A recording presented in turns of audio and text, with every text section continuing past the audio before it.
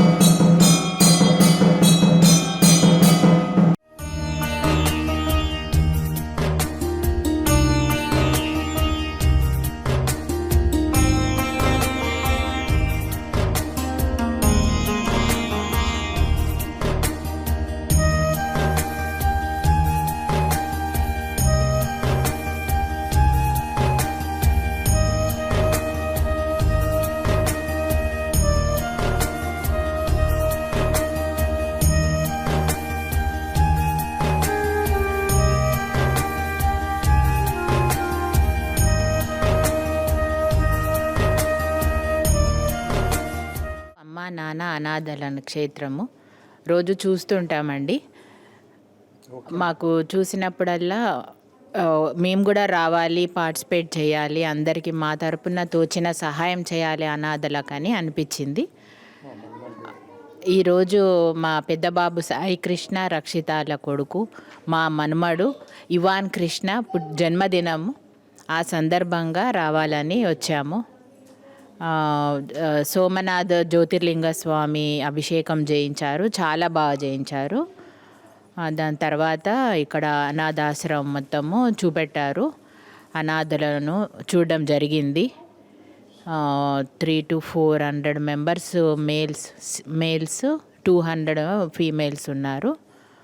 అందరితో మాట్లాడాను నేను. టోటల్ 600 మెంబర్స్ ఉన్నారు.